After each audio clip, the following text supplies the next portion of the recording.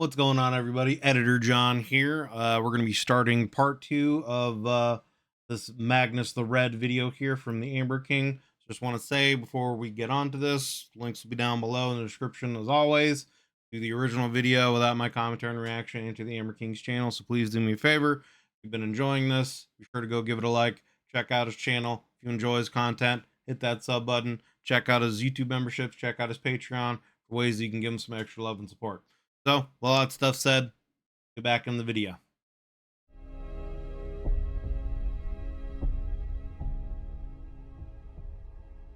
This is where the Emperor steps in and gives him the banhammer.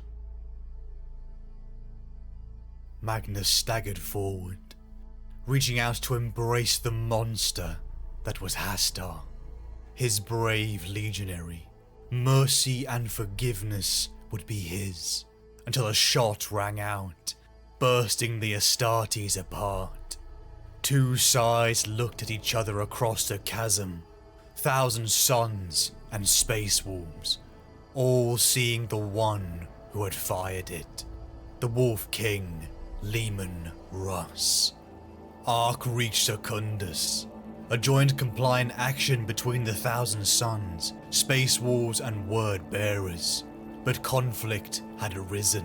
Once again, Magnus stood in front of the world's great libraries, intent to protect the knowledge that was not evil, simply knowledge. But the wolves had come, the fury of their lord insatiable. A shield wall rammed up against a kind shield barrier. The barbarians versus the scholars, yet no weapons were drawn. Yet, it was a test of wills. The chief librarian Ahriman screamed to his Crimson King and brothers to end this madness, but Magnus stood defiant, his feather cloak bellowing in the icy winds as Imperial forces clashed in front of his eyes.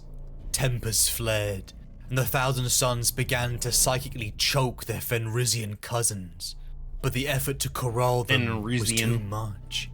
Hastar, warrior of the Pavoni cults, felt his body start to convulse. Rampant growths of protean flesh spilled out from his armor joints, and a psychic corruption threatened to spill over all the others. The flesh change had returned. The clash halted, all looking upon the Thousand Suns warrior in shock, all witnessing the monster until he was blown apart at the barrel of the Wolf King's bolter. Leman Russ, barely restrained fury and prowess, a living engine of destruction.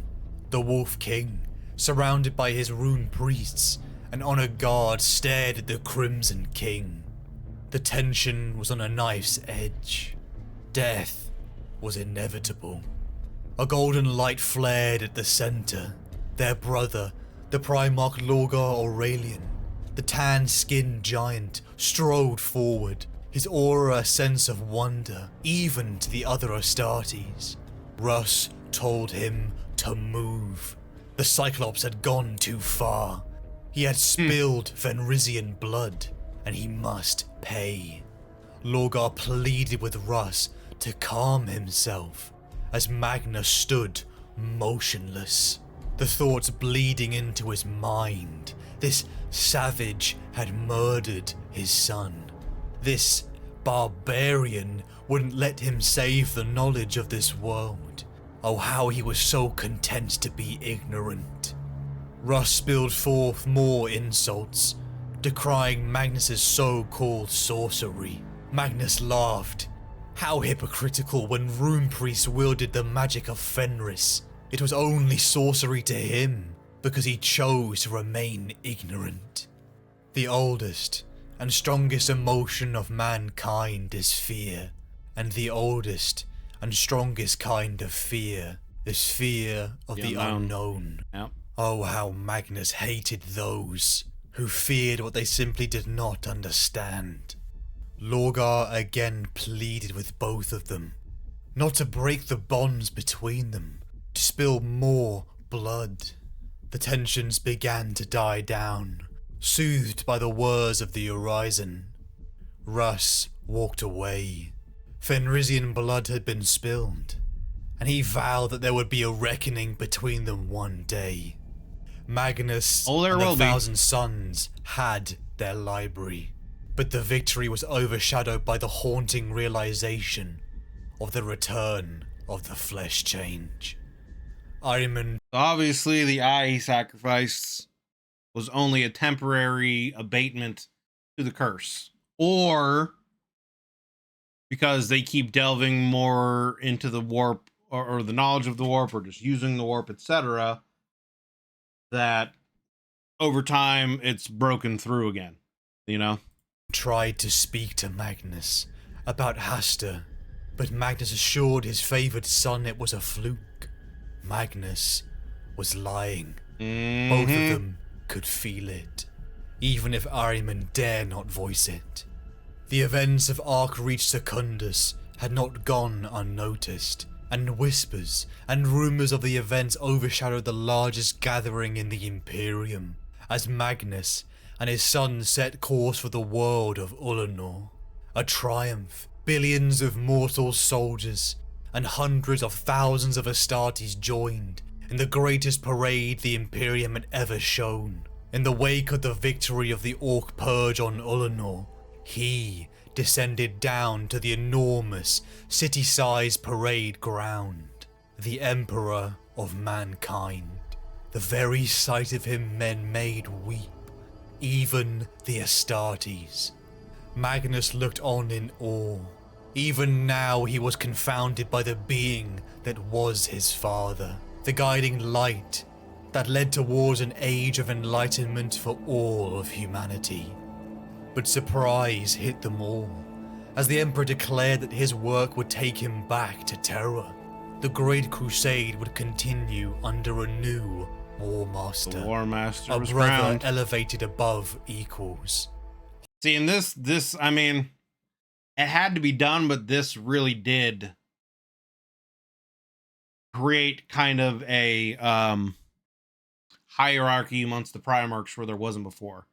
When the Emperor was leading the Great Crusade, the Primarchs all really kind of saw themselves as equal. But once Horus was crowned War Master, that all changed. And then there were starting to be, of course, because of everything that's already been happening, you know, with Magnus and other Primarchs having issue with each other, you know, that just led to more envy and other issues building up. You know, some Primarchs like Lionel Johnson thought he should have been, you know, potentially War Master would have been a better one, potentially. Everyone, you know,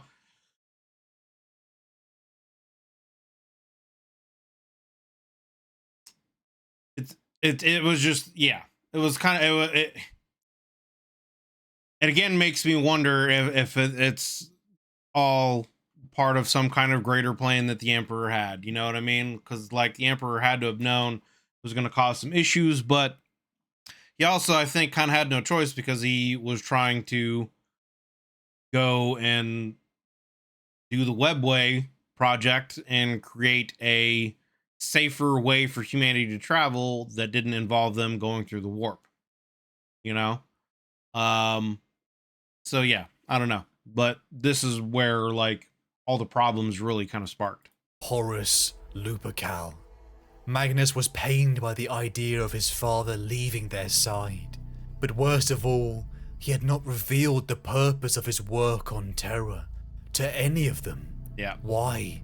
Did he not trust him? Did he think Magnus was not wise enough, strong enough? It was thought he kept to himself, as he took the opportunity to meet with his brothers. Many decades had passed since many of their last meetings, and he enjoyed their bonds of fraternity once again. But there had been rumours, talks of a movement of those who despise the use of psychic powers within the Imperium, overshadowing their conversations. Mortarion of the Death Guard and Lehman Russ of the Space Wars were open in their hostility and had been drumming up support for years. Magnus and those of his brothers such as Sanguinius and Jagatai Khan, the most pro-psychic of all their brothers, convened. The Librarius, a disciplined set of rules and balances to ensure the safe and modest use of psychic abilities in the legions was drafted. It was a compromise, one that Magnus utterly despised. He was confident, for how could the Imperium be so blind as to shun away its greatest gift and potential? Only a few short years after the And I mean, that's kind of Magnus's greatest flaw, is just his pride and arrogance, right? His idea that everything he does is right because he's the smartest and most knowledgeable. He knows really what to do. And yeah, what he says or what he should do should be the right way. And that arrogance really is his greatest issue. Instead of, it's like he said, slowly introduce these things. So it's okay, let's have a compromise. We'll create, this, librarian order and let them build confidence throughout the Imperium, and then over time allow them and their use to expand until eventually, they prove themselves and the shackles can be let off, essentially. triumph at Ulanor, and the crowning of War Master Horus, Magnus received the call. A conclave had been called to determine the future of psychic use within the Imperium. Upon the world of Nicaea, Magnus and his sons arrived, only to be greeted by his brothers Sanguinius and Fulgrim. Along a massive corridor they strode, into the hollowed out heart of a long dormant volcano. Quickly, Magnus began to notice that it was as if he was being escorted not as a guest, but as a prisoner on trial. A large glittering cave with a colosseum structure is where Magnus stood before a pantheon of assembled lords, Astartes and Primarchs, and at the top, far above, with his flaming sword upon his lap, sat his father, the Emperor of mankind. The battle had begun. They came in droves, speakers who decried the use of sorcery, its raw destructive power, the scars of old night, and the perils of the warp. Man could not be trusted with it. Some would always delve too deep. It was dangerous. Mortarion and others gave speeches of venom and hate that burned inside Magnus as he struggled to contain himself. Even the rune priest Othera Weirdmake came forward, an utter betrayal of the olive branch they had extended upon Agru. After having endured this plea to ignorance and regression, Magnus took his turn to speak. With crimson fingers, he lifted them to the heavens and began to utter the truth in his heart. He spoke of an allegorical cave, how we, humanity, must look to the sun, feel its warmth, its heat, if only we are brave enough to open our eyes to a new world, not cower back into the safety of the dark because of fear. That light will free us from the shackles of our mundane perceptions of reality. Again, he just doesn't know the dangers of the warp, because there are generally things to be very afraid of in the warp. And allow the human race to stand as masters of the galaxy, just as the men around the fire needed to be shown the glorious future that lay within their grasp. So too does humanity. A golden era awaited, if only they were brave enough to grasp it. A future where humanity mastered its psychic potential, armed with the knowledge of the thousand suns had collected for centuries. Magnus would save humanity. Applause, tears, and praise flooded over Magnus. He felt incredible. They finally saw it. Hope. Magnus had given all he could. Conversing with Ahriman in their private chambers, he told his son of their responsibility to be guides to the ignorant, just as the Emperor was to his. No, whispered Ahriman, you already knew of it. When the Emperor showed you of the warp's wonders and dangers, you feigned not to know, but you had already peered into its depths and seen them. Magnus almost killed his favored son on the spot. White-hot fury seethed through him as a vital nerve had been struck. He bored into Ahriman with his eye, telling him to never say that again. Ever.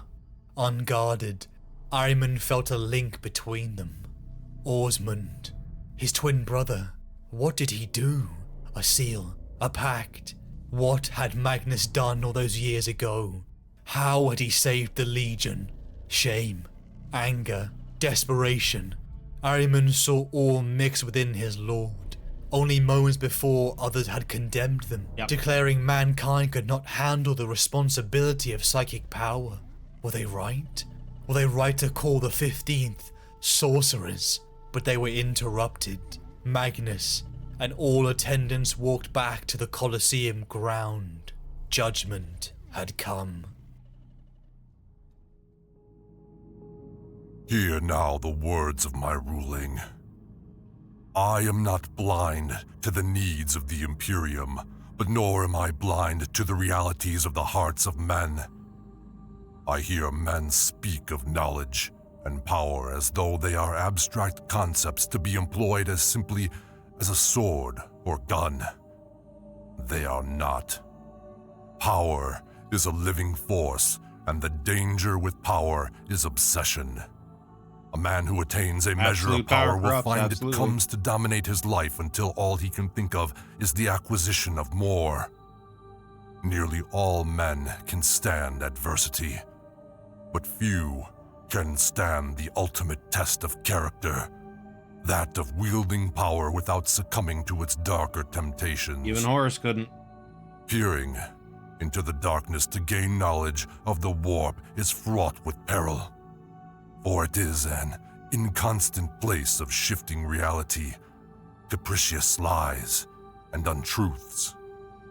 The seeker after truth must have a care he is not deceived, for false knowledge is far more dangerous than ignorance. All men wish to possess knowledge, but few are willing to pay the price. Always, men will seek to take the shortcut, the quick route to power. And it is a man's own mind, not his enemy or foe, that will lure him to evil ways. True knowledge is gained only after the acquisition of wisdom. Without wisdom, a powerful person does not become more powerful. He becomes reckless. His power will turn on him and eventually destroy all he has built. I have walked paths no man can know, and faced the unnameable creatures of the warp. I understand all too well the secrets and dangers that lurk in its hidden darkness. Such things are not for lesser minds to know, no matter how powerful or knowledgeable they believe themselves to be. The secrets I have shared serve as warnings, not enticements to explore further. Only death and damnation await those who pry too deeply into secrets not meant for mortals. I see now I have allowed my sons to delve too profoundly into matters I should never have permitted them to know even existed. Let it be known that no one shall suffer censure, for this conclave is to serve unity, not discord. But no more shall the threat of sorcery be allowed to taint the warriors of the Astartes. Henceforth, it is my will that no legion will maintain a librarius department. All its warriors and instructors must be returned to the battle companies and never again employ any psychic powers.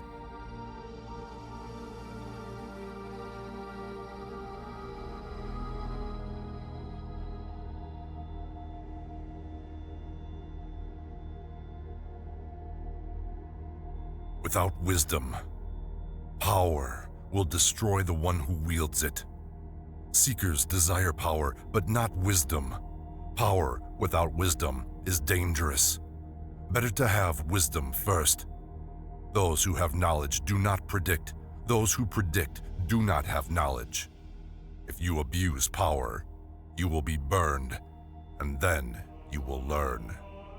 If you live. They had lost.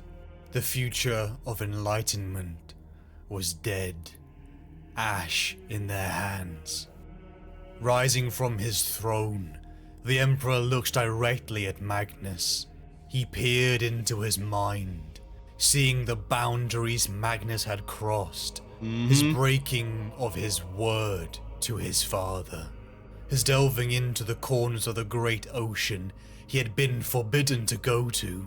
If I am guilty of anything, it is the simple pursuit of knowledge. I am its master, I swear it. No one saw the Emperor's lips move, even through his blind... I mean, just the arrogance of that statement, right? I am the master of knowledge. You know, like, are you sure about that? In golden aura, words spilled forth that hit like a hammer to the souls of all who bore witness. The seeker after truth must have a care he is not deceived, for false knowledge is far more dangerous than ignorance. All men wish to possess knowledge, but few are willing to pay the price. Always men will seek to take the shortcut, the quick route to power, and it is a man's own mind, not his enemy or foe, that will lure him to evil ways. True knowledge is gained only after the acquisition of wisdom. Without wisdom, a powerful person does not become more powerful, he becomes reckless. The words cut Magnus like a knife, coming from his father, the one being he looked up to. I see now I have allowed my sons to delve too profoundly into matters I should have never permitted them to even know existed. Magnus had lied. All those years ago, on Prospero, he had delved into the secrets of the warp, long before his return to Terra. He had explored and acquired knowledge unguarded, untempered by wisdom. He was a Primarch, a superhuman, but still human. Yep. And he tackled everything with the curiosity of a reckless child. Because he naively thought he was wise enough. He knew better. Yep. The use of psychic powers in the legions was outlawed under pain of death. Magnus and his sons limped out in shame to the stars, their fellow ally legions and Primarchs disappointed by the actions of the 15th and what that had cost them. Almost resigned to his father's decree, Magnus sank to his knees as a psychic vision pulsed into his mind. A vision of fire, death, and corruption. And through the miasma of cataclysm, he saw his brother, Horus. The 15th in shame made their way towards Prospero, Magnus feeling conflict in his heart. What should he do? Should he tell his father of his vision? The father who he had just utterly failed, by means he had just outlawed, and with what proof? That entities of the warp that he was not supposed to know about were conspiring to corrupt his most favored son? Well, and then the thing is, I mean, again, if Magnus knows about this and seen this vision, would the Emperor not have as well? I mean, I guess the potentially is not, but yeah, when you have someone who's even more powerful, I don't know. I just, again, everything goes back to makes me think that from everything I know of 40K, which there's still so much more for me to learn. There's still so many more books to read through and things to know that I just don't know. There's so much lore and story in 40K. But everything that I've learned so far really makes me feel like Games Workshop has set everything up. And everything that's happened is part of a greater plan that the Emperor has for humanity and the Imperium. And part of him dying or taking like, I feel like him being in the injured position he is him taking a step back to allow humanity to try to understand what it's like try to stand on their own 2 feet without the Emperor, essentially. And with how the Imperium has been set up, it seemingly has been failing. So, I mean, I don't know. I don't know. We'll see, I guess, eventually, if I'm right about that or not. Hopefully. Magnus and his legion returns to Prospero. Once again, Magnus set his eyes upon Tisca, the city of light. Oh, how he loved his home. The jewel of hope in a galaxy of darkness and ignorance. Assembling with his captains, Ahriman, Aemon, Phocis Tekar, Hathor Mat, Uthizar and Sobek, Magnus told them of his vision. A partial truth of the lies he had perpetuated over 2 centuries, of entities of the warp that were beyond powerful. They were malignant and corrupting to the unprepared. Magnus defied the Edict of Nicaea, not even a day after his declaration, as he began to delve back into the warp and his own ancient texts, divining prophecies about the fall of his brother Horus, of a fallen son who would ravage his father's kingdom and all of humanity. It was up to the 15th Legion to save him, to prevent this oncoming disaster. Inside deep cabins underneath Tisca, Magnus and his sons prepared for a ritual, one whose very inception had been crafted from knowledge Magnus knew he was not meant to know.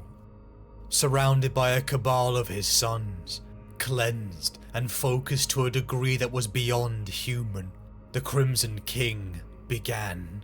With human thralls around them, energy that Magnus knew would be consumed in what was to come.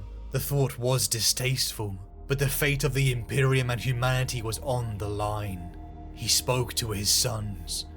Too few have the courage to take arm against an uncaring galaxy, but we are the 1,000 Suns. There is nothing we dare not do. Laying down upon an altar, his white robe spilling over the edge, Magnus connected himself to Horus. Blood began to pour from him. Psychic sympathetic wounds that mirrored the War Master sprouted over his body. Magnus' eye glazed over with a kaleidoscope of impossible colours as his soul roared into the warp. Horus, my brother, I am coming for you. Days passed as Magnus' sons, Ahriman, Aemon and Uthizar stood vigil. The Lord's body was pale and dripping with sweat. Finally Magnus awoke. I have failed, he told them. There were others there, Erebus of the Word-Bearers, who aided in the corruption of Horus. Lorgar's legion had already fallen to the primordial annihilator, Chaos. The word was used as if it was a name. But Magnus had told them after Nicaea about the entities of the warp. But this Chaos was something more? Ahriman questioned his lord, but Magnus told him he only knew of this Chaos after this very confrontation. Lies. He was lying. Yep. Ahriman felt the flicker in his aura. Again, Magnus had lied to him. They had to warn the Emperor. Horus had been corrupted by this Chaos, and war was coming. But if Magnus could tell his father now, it could save billions of lives. Once again, thralls of Prospero's psychic cults were brought forth. Their sacrifice winged. See, and I think this is the biggest, obviously, mistake that Magnus made, is doing this psychically. Like, I feel like in this kind of situation, right, it would warrant getting on a ship and being like, we need to get there now. As urgent as this information is, and as quickly as you want to do it, A, the Emperor already decreed you can't use psychic powers, but B, you know, you've gained this knowledge by going against his decree and using psychic powers. So going there in person and essentially giving yourself to the mercy of the Emperor and saying, hey, I went against what you told me to do, but I gained this knowledge. I came here to warn you in person. I, hands up, arrest me, do whatever you want to do, but war is coming, you need to be prepared, and I'm, willing to go to jail or do whatever for this. That would at least also, gain. I feel like that would add more weight to you, the argument of, yeah, Horus has been corrupted. This is what's going to happen. Whether the emperor knows or not, is planned around that or not, etc. But also just the fact that, trying to use psychic powers, essentially going through the warp to give this message to the emperor. That's where these entities are.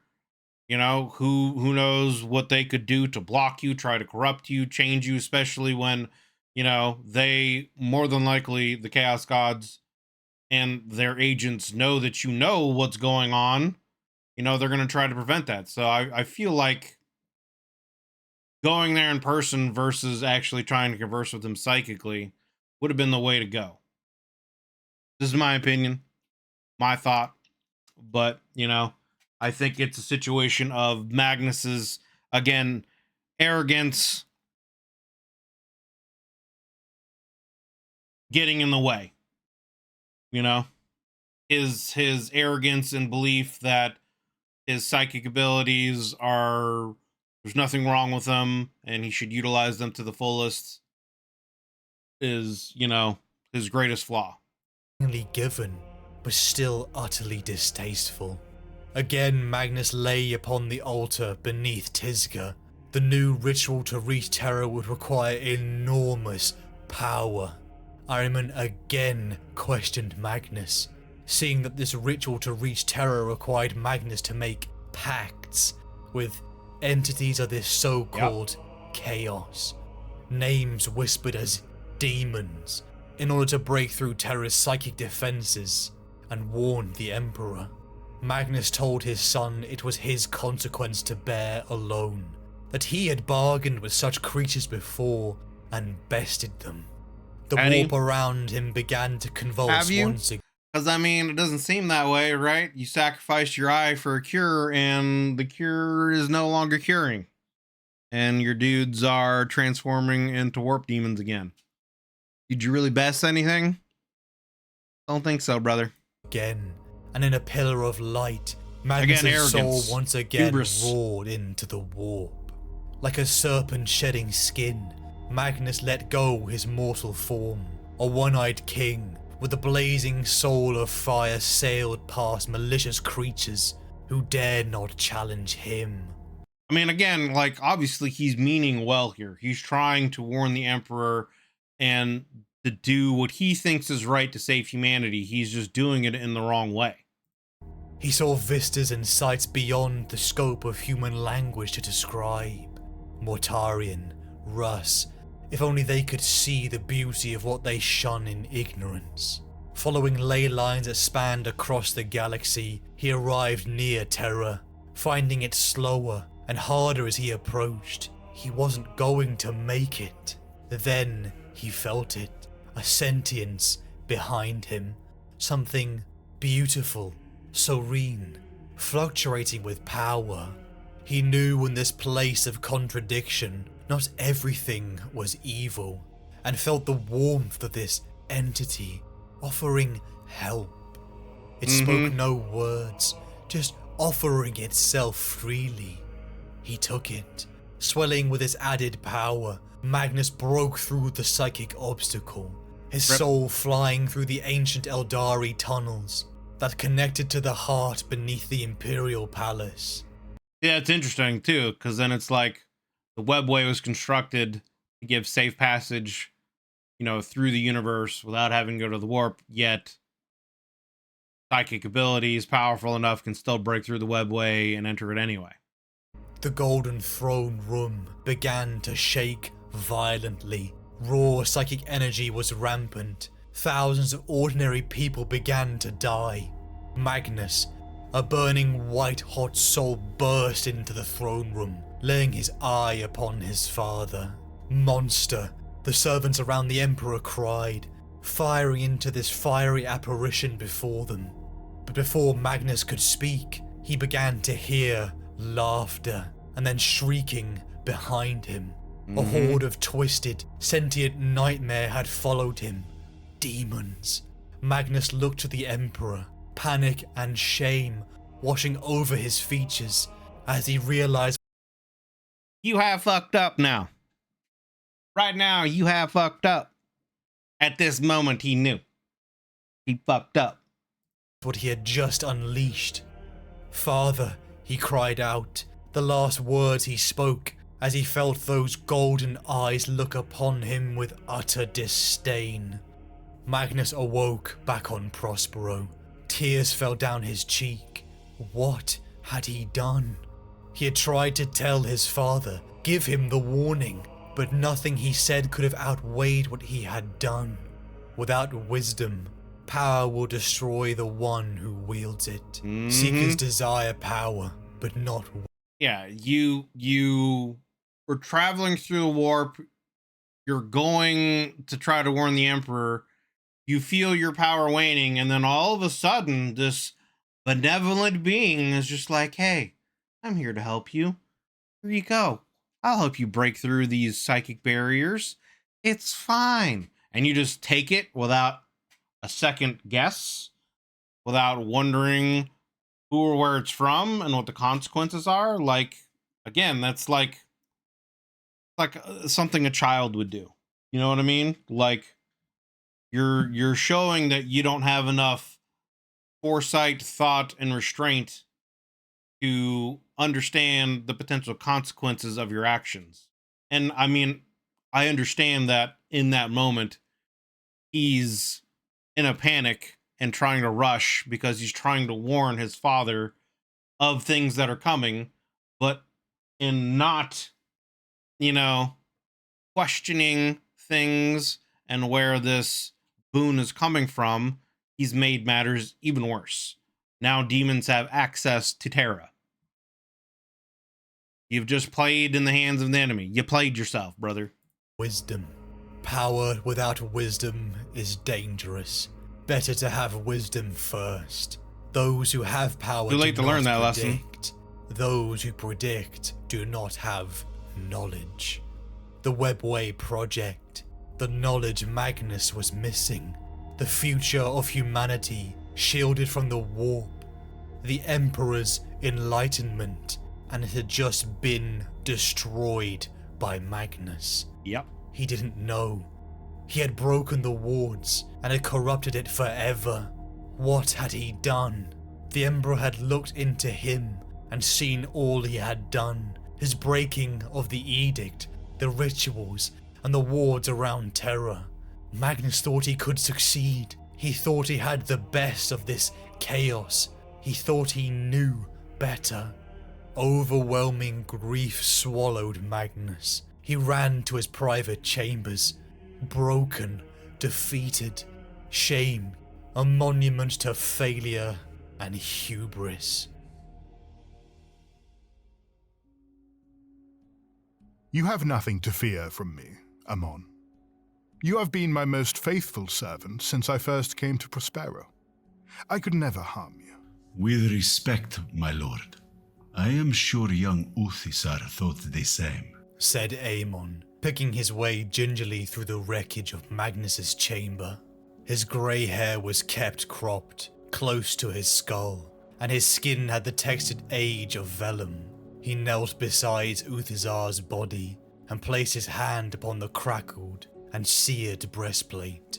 The bodies of the Scarab occult lay around Uthisar, their bodies twisted in unnatural ways, and their flesh blackened, as though consumed in the same fire that had destroyed Magnus's library. Tell me what happened. Said Aemon. Magnus lowered his head, unwilling to meet his oldest friend's gaze. The captain of the Ninth made no accusations. He didn't need to. No accusation could carry greater guilt than Magnus placed upon himself.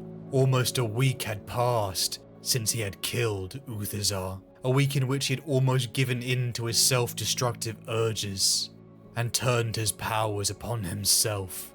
Fearing the worst, others had tried to enter his chambers, but Magnus had kept them all at bay until now. Magnus looked down at the grotesquely crumpled body of Balek Uthisar and sighed with regret.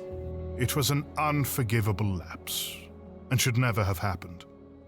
But he knew too much, and I could not let him leave. No too That's interesting. That's such an interesting statement coming from Magnus right there. With Magnus's whole thing is that the pursuit of knowledge should not be a thing hindered. And, you know, his literal statement is knowledge is good and ignorance is the only evil. So to sit there and say that someone knew too much and had to be dealt with, okay. much about what? Come here. Let me show you. Said Magnus. Oh, now you're going to show him and then kill him? rose and followed Magnus into the balcony overlooking the white city of Tizca. Magnus read the wariness in Amon's aura and didn't blame him. He would be a fool not to be wary. In all the long years since they had first spoken, as tutor and pupil, Magnus had never thought of Amon as a fool. Magnus looked towards the noonday sky. Fly the great ocean with me. He said. Amon nodded and closed his eyes, and Magnus let his body of light float free of his flesh. The concerns of the mortal world lessened, but could not be wholly ignored. Tizca transformed from a place of cool marble to a glittering jewel of light. The tens of thousands of shimmering soul lights who called the city home like tiny lanterns. How fragile they are, said Magnus, though there was no one yet to hear him. The warm glow of Amon's subtle body appeared next to him, and they flew into a sky of brilliant blue. The world around them deepened from blue to black, the stars pinwheeling around them like darts of a phosphor. The blackness of space transformed into swirling, multicolored chaos of the great ocean, and both travelers felt the welcome rush of pleasure as its currents flowed around their ethereal forms. Magnus led the way, streaking through the swirling abyss towards a destination only he was capable of finding. Amon followed him, his dutiful friend and beloved son. They came to the region of stillness he had seen a week ago. He felt Amon's horror as he beheld the vast fleet of ships, the slab-sided warships, the sleek strike cruisers and the monstrous monuments to destruction that were the battle barges. Hundreds of vessels drew ever closer to Prospero. Ships of many flags and many allegiances, united with one shared purpose: annihilation. Leading them was a feral blade of a ship, unsheathed to deliver the death blow to its hated foe. Grey and fanged, it prowled the stars with carved eyes, as its braiding bow pierced the depths of the great ocean with uncanny precision. Is that what I think it is? It is. Confirmed Magnus. They flew closer to the brutal vessel. The protective shields that kept the void predators at bay, no match for travelers of such power. They passed through its layered voids, diving through the meter upon meter of adamantium hull plates, integrity fields and honeycombed bulkheads, until they reached the heart of the ship. The masters of this fleet gathered to plan the destruction of all that Magnus held dear, and the two sons of Prospero listened to their deliberations. Magnus was prepared for what he would hear, but Amon was not, and the flaring wash of his etheric field sent a pulse of choleric energy through the ship's crew. Why? Begged Amon. Because I was wrong. All the things you taught me, I arrogantly assumed I already knew. You warned me of the gods of the warp, and I laughed at you, calling you a superstitious old fool. Well, I know better now, for I beheld such a being and thought I had the better of it, but I was wrong. I have done terrible things, Amon, but you must believe that I did them for the right reasons. Amon drifted Like that old saying, you know, the road to hell is paved with good intentions. down towards the master of this vessel, and the steely-eyed killer in golden armor who stood next to him on a raised command dais. A group of identically armored warriors stood at the base of the dais, occupied by their leaders. The Council of Nicaea. Were they right to name us warlocks? I fear they may have been, though only now do understand that. And for that, we are to suffer. Magnus nodded and flew up through the ironwork of the starship, exploding outwards into the seething cauldron of the great ocean. Ammon flew at his side, and they hurtled back to Prospero, exhaling pent-up breaths as they opened their eyes and looked down on the reassuringly familiar vista of Tisca. And the legend knows nothing of this. Nothing. I have drawn a veil around Prospero. None see out, not even the Corvidae. Now the Thousand Suns must learn what it means to be blind. So our punishment draws ever closer. What happens when it gets here? You are kind, old friend. It is my punishment. Their axes will fall on the rest of us as well. Pointed out Ammon. I ask again, what will we do when they get here? Nothing. There is nothing to do. There is always something to Surrender. do. We can destroy them before they even reach us. Magnus shook his head, saying, This is not about whether we can defend ourselves should do. against this threat. Of course we can. It is about I mean, the thing to do would be to understand what you've done is wrong, surrender, and face the consequences. You know, it might be a situation where during this civil war, the emperor might allow you to fight, you know, for humanity and for the Imperium. And once that's over, you would then potentially, you know, you would receive his judgment. And then maybe, you know, depending on your actions, there might be some kind of leniency. Who knows? But yeah, you don't want to like destroy more Astartes. You don't want to use your psychic powers to do more harm, etc. I don't know. whether we should. Why should we not? We are the Thousand Suns, and nothing is beyond us. No path is unknown to us, and no destiny is hidden from us. Instruct the Corvidae to pierce the veils of the future. The Pavoni and Raptura can enhance our warriors' prowess, while the Pyriae burn our enemies, and the Athenians read the minds of their commanders. When they come, they will find us ready to fight. Magnus despaired, hearing only the urge to strike the first blow in Ammon's voice. Have you not heard what I have said? I do not strike because it is what the powers that have manipulated me since I came here want me to do. They want... So again, if they want you to fight, then surrender would be the best course of option. Giving yourself up willingly and just facing your consequences without any bloodshed. Want me to take arms against our doom. So, I mean, I would send out a message to this fleet and be like, I know you guys are coming. I'm ready to surrender. When you get here, I will be out in the open. I give myself up willingly, and so do my Astartes. Knowing that if I do, it will only confirm everything those who hate and fear us have always believed. Ammon looked out over the city, and his eyes took on a faraway look, tears of loss streaming down his cheeks. Before you came to Prospero, I had a recurring nightmare.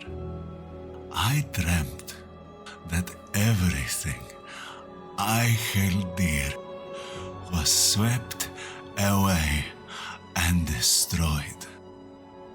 It plagued me for years. But on the day you arrived from the heavens like a comet, the dream stopped. I never had it again. I convinced myself it was nothing more than an ancestral memory of old night. But it wasn't. I know that now. I foresaw this. The destruction of everything I hold dear is coming to pass. Amon closed his eyes, and he gripped the balcony with white-knuckled fury.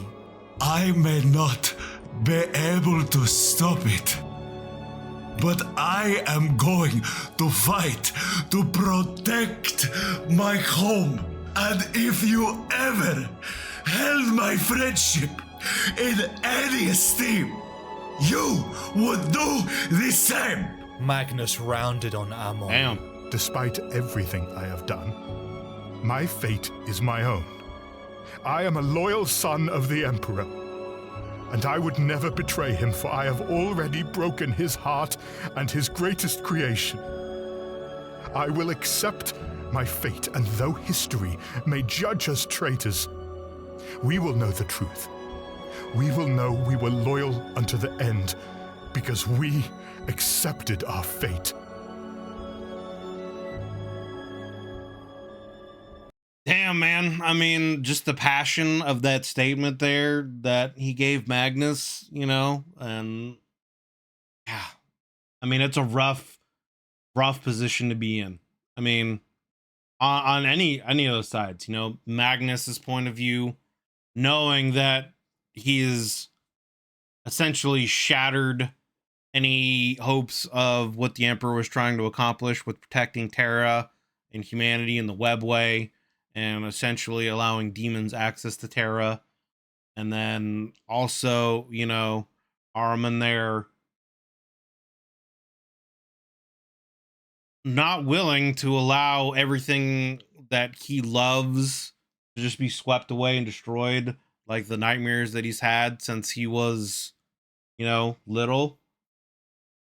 I mean, it's understandable on all perspectives. And again, it's like, what is really the right thing to do? I mean, I feel like if I were Magnus, knowing that they're coming, I would send a message ahead. I would have already had a conversation with the Legion, and I'd say, hey, you know, the consequences of my actions are coming. It's my fault and mine alone. I am going to surrender myself to this coming Legion. Don't fight against them. You know, we are loyal sons of the Emperor. If I give myself up and face the consequences of my actions, you know, perhaps you can be spared, etc. Planet can be spared, its civilians, its innocents can be spared, and you know, I'm the one that should bear this burden alone. Because really, it kind of is. I mean, it really is. You know, Magnus is the one who has already, you know, been in conversations and dealings with the Chaos Gods, and he's the one who shattered any kind of stuff the Emperor was trying to accomplish with the webway, and you know, his arrogance and thinking that he could do no wrong with his abilities really has destroyed everything for the Thousand Sons. So, yeah, I mean, I feel like were that to happen, that would be probably the best outcome for him to just message ahead to Lehman Russ and say, I'm going to be here. I surrender. There's no need to fight, etc. I will give myself up to your judgment and the judgment of the Emperor, you know, etc.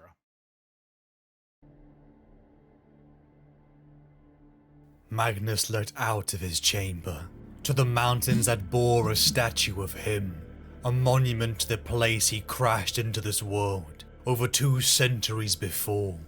He knew in his heart he couldn't be forgiven for all he had done. The Emperor's retribution would be apocalyptic. The Emperor's words on Nicaea that any who broke his edict would become his enemy, and I mean, just look what he did to Lorgar's world, you know what I'm saying? he would destroy them utterly. All this will be ashes, he told himself. It Although I don't know that in the timeline of events, I don't know if that's happened yet or not. does not have to be, I would said assume a it has. voice Anyway. uttered from the direction of a mirror. The form within spoke in his image. The demon he had seen, the serpent of Agru. Such entities could never fully be destroyed. All bargains come with a price. Magnus saw that now. Yeah. Over a century ago, the deal he had struck in secret to save his sons from the flesh change. He was now confounded with the truth that he had not bested this creature then. He was a fool. There is a price to pay for the time I gave your sons.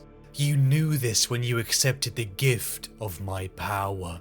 Now it is time to make good on your bargain. The demon showed Magnus a vision. A crimson king locked upon a golden throne, enslaved as a battery to a tyrant emperor. Of the now fleet coming to enact his punishment. Magnus screamed, erupting into a frenzy of sorrow and anger, ripping apart everything in the room. His power It was at this point that he knew he fucked up. were out of control, as the cracked mirror reflection taunted him, telling him he could not destroy them all. It offered him salvation. It could save Prospero if it just accepted them. My lord, Uthazar said, rushing into the chamber. Magnus locked his eye with Uthazar. Unguarded, everything Magnus had done, the truth and their impending destruction, was psychically transferred to him. Uthazar staggered. We have to warn the Legion. Uthazar made his way to leave, but he never reached the door before Magnus emulated him. An entire week passed. Now he's just going on killing his own dude now. 1,000 suns racked with nerves as they awaited news from their lord. Ammon, Magnus's mentor, a father figure, and his oldest friend entered the destroyed chambers, seeing for himself the charred body of Uthazar. A pitiful, broken mess of a man sat in his wallow. The once vermilion red, glorious crimson king. But now Magnus looked nothing like the warrior scholar Ammon had known his entire life. Ammon questioned his Primarch. What happened? And Magnus showed him. Both of them, like they did in his youth, lifted their souls into the warp. And there Ammon saw it. The brutal ceramite cathedral ships of the space wolves, heading to Prospero. All the things you taught me, I arrogantly assumed I already knew. You warned me of the gods of the warp, and I laughed at you, calling you a superstitious fool. Well, I know better now, for I beheld such a being and thought I had the better of it. But I was wrong. I have done terrible things, Ammon. But you must believe that I did them for the right reasons. The Emperor's executioners were coming to destroy Magnus and the 15th Legion, and he was going to let them. I do not strike, because it is what the powers that have manipulated me since I came here want me to do. They want me to take arms against our doom, knowing that if I do, it will only confirm everything those who hate and fear us have always believed. Anger filled Ammon. They could fight. They didn't have to die for the sins of Magnus. But nothing moved the Crimson King. And though history may judge us traitors, we will know the truth. We will know that. That's little comfort when you have a fleet literally coming to destroy you, your planet, and everyone and everything you care about. We will know the truth. That doesn't really sit very well, you know? That we were loyal unto the end. Because that's what I'm saying, man. Just surrender. I would have, that's what I was saying before, man. You know, just send out a signal and say, hey, man, I know you're coming. I surrender. I will be out here in cuffs, ready for you to take me. I give up. Please just don't harm my people. I give up. Take me to the Emperor and, you know, I will face his judgment. That's all you got to do. All you got to do. We accepted our fate. Would have He had been arrogant, foolish, and prideful. His faults had cost him everything. And again, during the Siege of Terra, he might have been like, you know, I will give you an opportunity for redemption. Fight against these demons. Help us protect humanity and your home world. And, you know, again, who knows how things could have changed during the Siege of Terra one way or the other, were that the case, you know?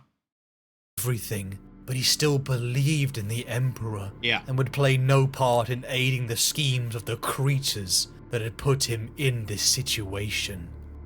Magnus ordered the fleets of the Legion. And it's like, for someone who thinks he's so smart, right? If you understand the course of action that they want you to take, then doing the opposite, which would be surrender, wouldn't that be the smartest course of action then? Playing against what you know to be what they want you to do? They want you to fight back. They want you to spark the civil war and reinforce the heresy more. So do the opposite. Cool things down. Surrender. You know, don't play into their hands. Like, I don't get it. And yeah, I don't understand. For someone so smart, he's pretty dumb. To scatter, and erected a psychic shield across the entire planet. No news would come or leave. They were all... I mean, yeah. And that, honestly, would have been deserved punishment, to be honest. You know, they've been messing with demons this whole time and going against the Emperor's will and edict this whole time. They've proven without a shadow of a doubt that they can't be trusted to follow the orders of the Emperor. So, I mean, yeah. Again, maybe if you surrender,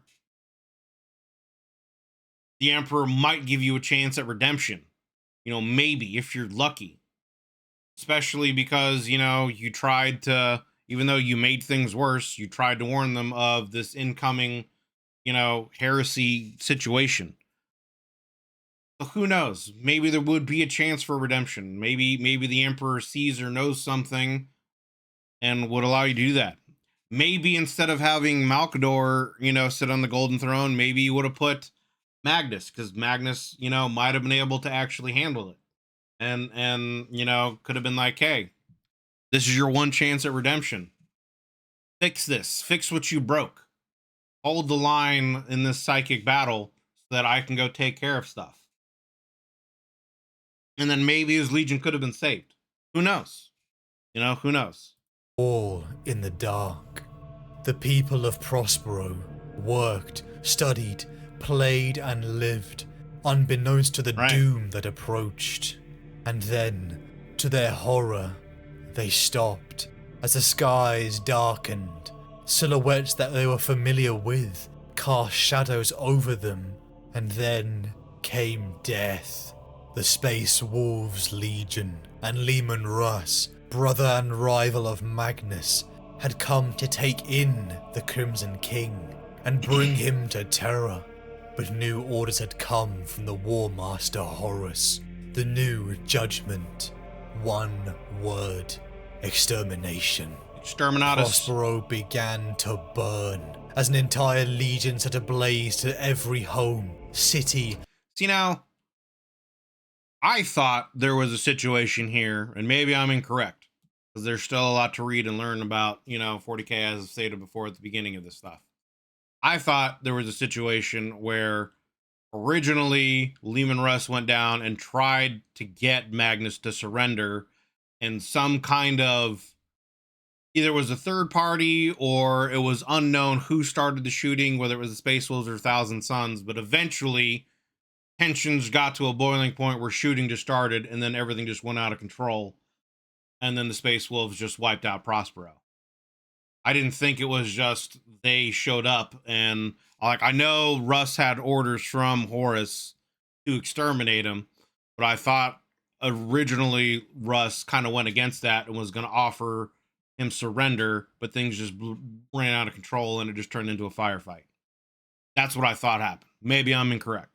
And town, the people, and the Thousand Suns were caught completely by surprise, thinking that some Xenos threat had ambushed them, only to find to their horror it was their own. The Imperium was burning their home to the ground. Only Tizca remained, still shielded by its own defenses. The 1,000 Sons felt Magnus's voice in their head. He lamented to his sons, apologizing for the doom he had brought upon them. He told them the truth, that he had bargained with this chaos to save them from the flesh change. He was desperate. There was no other way. When you love something, with every fragment of your soul, you will sacrifice anything to save it. But he had sipped from the poisoned chalice, and now their reckoning was upon them. The 15th Legion couldn't believe it. They loved their Primarch, their father, but this news cut to their core. But even then, his sons would not roll over and die. Why should they die for his mistakes? Ahriman, Aemon, Phocis Dakar, Hathor Mat, Kalophis and Sobek would fight. The Athenians, Corvidae, Pavoni, Pyre and Raptor. It's interesting in this picture that the Custodians and the Sisters of Silence are there fighting too. Aura would fight. Prospero would resist. The walls of Fenris descended to the ground. The assault on Tizca would be done up close, personal. The rambling hordes of the Space Wolves charged. The human guard were barely a delay, swallowed underneath thousands of Astartes. The men, women, and children of Prospero were not spared, struck down by the wrath of the Imperium, now playing the part in the fate many human worlds within the Great Crusade had suffered. The 1,000 Sons and Space Wolves clashed, Astartes versus Astartes, in a battle that was brutal, deafening and cruel. Yep. The 1,000 Sons, most natives of Prospero, returns the fury of the Space Wolves, unleashing their psychic abilities without restraint. Thousands began to fall as the line stagnated, the wolves being blasted and burned, having their minds popped and moves predicted. But this power cost them. Legionaries again fell to the power of change and growth as their bodies began to contort. The horror. See, and then that's the other thing too, is it's like, if I'm one of the 1,000 Sons and I start seeing other Astartes around me who are using these war powers, like start turning into these weird demons and shit, it's like, maybe I shouldn't use this stuff because there's a price to pay. Maybe I shouldn't be doing this. Horrifying flesh change once again returned to the Legion en masse. From the ranks of the wolves, custodians, and Sisters of Silence weaved in too. Many of the 15th becoming the sorcerous monsters that they had. I mean, if the Custodians and the Sisters of Silence are there too, there's like from no his hope. Tower, Magnus wept.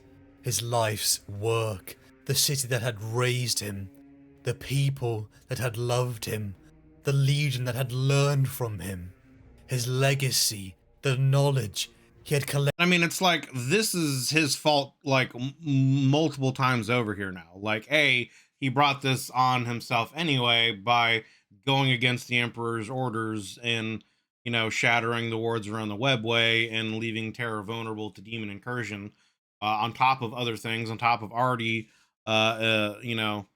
working with Tzeentch, even though he didn't necessarily know it was Tzeentch at the time, or other chaos demons, etc. But, there's that. And then again, there's the whole situation of, instead of taking the initiative and like really facing up to the consequences of your actions and taking responsibility for it, and surrendering and saying, hey, I surrender, spare my people, take me instead, I take full responsibility, you could have avoided all this. You could have avoided all this bloodshed. You could have avoided Prospero being burnt to the ground, everything. But no. Throughout the Great Crusade for So all the knowledge and secrets and everything that you've worked your, entire life to gather here is going to be destroyed along with everything you love. And then again, you're being put into a position where you're going to be forced to ask for, one of the Chaos Gods' help. Maybe you're playing into their hands anyway. humanity. It was all burning. Prospero was burning. He was wavering. He couldn't look. It was too much. He was the one at fault, not his sons, not his world, Right. not the knowledge. The Emperor was going too far, Was he? surely. For hours Magnus watched. He felt psychically every death, every rampant fall to the flesh change in his sons, each one tearing out his heart, death upon death, hearing the cries of his sons to save them. Chaos wanted him to fight, for him to spill Imperium blood, but Magnus could bear it no more, his resolve to self-sacrifice wavering. See, it's not self-sacrificing though, because like everyone else around him and everything else around him is being burnt to the ground, but not him. I mean, you could argue that him sitting here watching it is sacrificial, but like everyone else is taking the brunt of the punishment. I mean, granted, like you said, he's feeling it. He's very much aware of feeling the psychic emanations of everyone's death, you know, etc. But he's still there. He's still alive. He's not, you know, fighting. He's not being, you know what I'm saying, right? Like everyone else around him is taking the brunt of the consequences of his actions, and not him. Last sanctuary in the heart of Tizca, with less than 1,000 of them alive, the 15th Legion prepared for their final stand. And then they saw him, a being of blazing fire and light, donned in his golden warplate, with crimson skin and one sorrowful eye. Magnus joined the field. He gifted Ahriman the Book of Magnus, a tome of his life's work, and left to face his brother, preparing to die for his sons. Magnus faced down the Wolf King. Brothers, opposites, their differences so far apart it was impossible to reconcile. The reckoning promised an Archreach Secundus had come to pass, as the two Primarchs in the fires of burning Prospero tried to kill each other. Cold fire wrapped I agree. Russ. I mean, I agree. I'm not like trying to turn it into Magnus bashing either, but it's just a situation where it's like, I mean, it could be that he's so like depressed and heartbroken over his actions that he's not thinking clearly, and he's just, you know, so sorrowful and regretful that he's done what he's did, and he let the Emperor down. He broke his word to the Emperor. The Emperor knows it. And not only that, he broke it in such a way that has left, you know, the Emperor and Terra vulnerable to demon attack, etc. And so he could just be in this such a state of depression that he just can't think or see clearly, which could also be, you know, exaggerated by the Chaos Gods. Tzeentch could be exaggerating that further to get him to play into his hands. You know, there could be a lot of other factors into it. But again, for someone who's supposed to be as smart as he is and enlightened as he is, you know, you would think that he would, being that he's aware of the fact that the Chaos Gods want him to fight back and escalate the civil war between humanity, then the opposite would obviously be the best course of action. Surrender and, you know, let things cool down and face the judgment of the Emperor yourself. You know, make a bargain with Russ and say, I surrender, take me, leave my people and my Astartes alone, etc. You know, I don't know. Right, exactly. As furious blows struck Magnus, both of their armors rent and in pieces as demigods clashed, both their sons watching on, none daring to join. Magnus threw lightning and psychic assaults at Russ, smashing it through his chestplate as Russ swung around and shattered the bones in Magnus's arm. Magnus and Russ were bloodied, and their wounds were pouring. All watched motionless as the Wolf King lifted Magnus the Red above his head, and with a sickening crunch that stole the breath of 1,000 suns, Russ broke the Crimson King's back upon his knee. A bellowing howl of triumph echoed in the pouring rain and fire as the broken Magnus's life began to fade away. Please, Father, come back to us! He yelled. and suddenly the river was rushing up to meet him. It felt like crashing through a wall of ice. The frozen water hit him like a blow, paralyzing his limbs and locking him with a cold that froze his lungs. The currents spun around him, eager to toy with their new plaything. Grasping hands clutched him from below, dragging him down to join the dead. Ammon looked up through the swirling chaos of bubbles and saw his father looking back at him, and then he saw nothing at all. He heard the soft whisper of the ocean's infinite spaces and limitless wonders. Ammon half turned back towards the water, but his resolve held firm, and he resisted the call to swim forever in its depths. Instead, he pushed on, climbing steep ridges and unnaturally shaped contours. The ground crunched underfoot as he climbed towards what he hoped was the center of the island. Without the ocean's buoyancy, his body felt inaudibly heavy, far worse than when his subtle body returns to flesh. His body glove hung from a physique wasted by the many years he had spent following the secret footsteps of his lost father. Never in his life had he felt so weak. Ammon stumbled and sank to his knees. The breath rattled in his chest, as though filled with glassy fragments, and his eyes stung with abrasive dust blown from the ground. He heard the crunch of footsteps across the coral surface and wearily lifted his head, squinting through eyes gummed with dust and stinging sweat. A tall man, swathed in a ragged cloth of dark feathers, was coming towards him with faltering strides, using a Hager staff fashioned from driftwood for support. His hair was matted grey, pulled back over wrinkled skin to a long scalp lock that reached to the ground behind him. Tied across the center of his skull and obscuring his eyes was a filthy bandage, one side stained with ancient blood. Who approaches? Asked the blind man. Ahriman, is that you? Ammon shook his head, too horrified at what had become of the father he had loved to form a coherent reply. He licked his lips. No, it is Ammon. Ammon? Said the blind man. Oh, my son, of course. You came. You finally came. His head sinking down over his chest and tears spilling down his cheeks as it dawned on him that his lonely quest was finally over.